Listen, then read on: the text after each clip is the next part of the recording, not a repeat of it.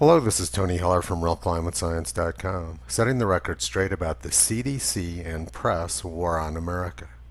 The press corps always says that we need to listen to the science, but when they're given the opportunity to do just that, they run away.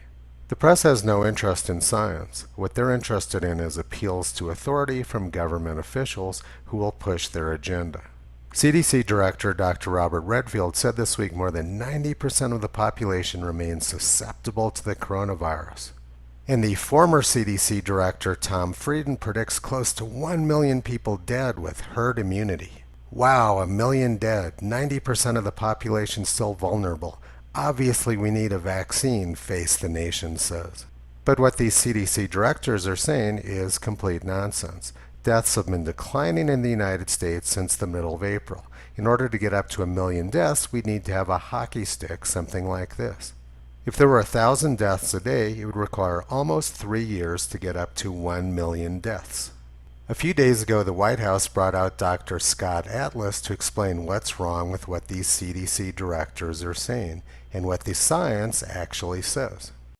Dr. Redfield today said that more than 90% of the population remains susceptible to coronavirus. Do you agree with that assessment? Yeah, I think that Dr. Redfield misstated something there. And so he misstated last time and I'm going to answer your question if you let me finish. The data on susceptible that he was talking about was his surveillance data that showed that roughly 9% of the country has antibodies. But when you look at the CDC data state by state, much of that data is old. Some of it goes back to March or April before many of these states had the cases. That's point number one. Point number two is that the immunity to the infection is not solely determined by the percent of people who have antibodies. If you look at the research, and there's been about 24 papers at least on the immunity from T cells, that's a different type of immunity than antibodies. And without being boring, the reality is that according to the papers from Sweden, Singapore, and elsewhere, there is cross immunity, highly likely, from other infections. And there is also T-cell immunity. And the combination of those makes the antibodies a small fraction of the people that have immunity. So the answer is no, it is not 90% of people that are susceptible to the infection. So I guess my question is, I'm not a doctor, I defer to your expertise on this and to his, but so Americans hear one thing from the CDC director and another thing from you. Who are we to believe? You're supposed to believe the science, and I'm telling you the science. So he's not telling us science. I'm telling you the science, and that's the answer. And if you want to look up all the data, you're free to. You can also talk to the following epidemiologists. I guess why is he still going out before Congress and speaking if you say he's misstated today and the president said he misstated last time? Americans are looking for the best information right now. Yeah, and I'm giving you the best information, and it's confirmed by people like Martin Kulldorff, who's a Harvard epidemiologist at Harvard Medical School. Let me finish, please. Jay Bhattacharya and Johnny Anides, both epidemiologists at Stanford. Professor Gupta, University of Oxford. These are people who know the latest data on the immunology and what's happening, and I just recited it to you. The press corps has no interest in listening to the science. As soon as Dr. Atlas tried to explain the science to him, they cut him off. What Drs. Redfield and Friedman were saying was complete nonsense, but it suited the agenda which the press is pushing. The vast majority of coronavirus deaths in the United States were in Democratic-run states where they loaded up the nursing homes with sick patients back in March and April.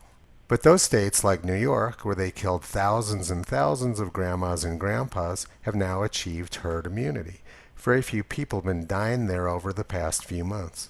Dr. Friedman's claim of 1 million dead is patently absurd.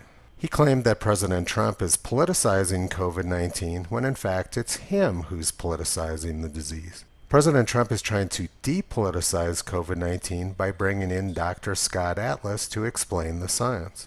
Dr. Redfield claimed that 90% of the population is still vulnerable to coronavirus. As Dr. Atlas explained, what Redfield said simply isn't true. But the purpose of Redfield's propaganda is to convince the American public that the only thing keeping them alive is lockdowns and masks. This is the data from Sweden. They achieved herd immunity like New York, but they did it without lockdowns, without masks, without closing down their restaurants and bars, without closing down their schools, and without violating human rights. And of course, without vaccines. Sweden has a population of 12 million people, yet they've had less than 6,000 deaths on their way to herd immunity. Sweden demonstrated experimentally that Dr. Friedman's prediction of 1 million deaths is complete nonsense. There haven't even been 1 million COVID deaths around the world. For Dr. Friedman to claim that we're going to get 1 million deaths in the United States makes absolutely no sense. Now let's look at what's really going on here. BBC News reported today that China's richest person owns a vaccine firm. In April, Mr. Zhang's Beijing Wantai Biological Pharmacy Enterprise listed on the Chinese stock market. His controlling stake in the firm saw his overall wealth jump as much as $20 billion by August. The pharma company says it has partnered with 2 universities to develop a candidate vaccine to fight COVID-19. China, that's a name that's come up a lot lately. Back in January, they were sending out propaganda films of people dropping dead in the street in Wuhan from COVID-19.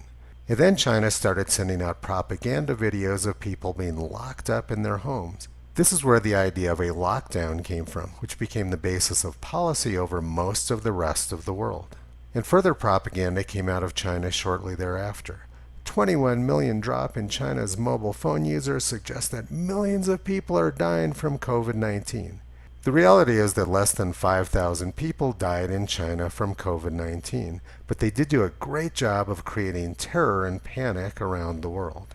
And that terror and panic is now being perpetuated by the CDC. So the question becomes, why is the CDC lying to the American people? To answer that question, let's go across the pond to the United Kingdom. Sir Patrick Vallance, the chief scientific advisor to the government, tells us the epidemic is doubling every 7 days.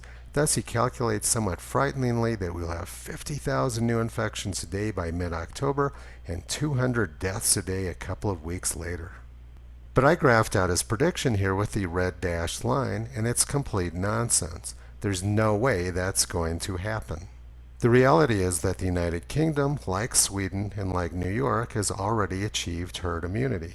Very few people have been dying there for months because the virus is having a difficult time finding vulnerable people to infect and kill. So what's really going on with Sir Patrick Vallance? Well, the Telegraph reported yesterday that he has £600,000 invested in vaccines. So just like the lies coming out of China, the lies coming out of the United Kingdom are also about making money for Big Pharma selling vaccines. And the same thing in the United States. American billionaires got $434 billion richer during the pandemic, including Bill Gates and Warren Buffett, who are both vaccine people. Bill Gates has donated huge amounts of money to the CDC, and now the CDC directors are telling lies to the American public about COVID-19. Toto thinks it isn't too hard to figure out what's going on here. All you have to do is follow the money. You can visit Toto and Kyrie on the web at realclimatescience.com.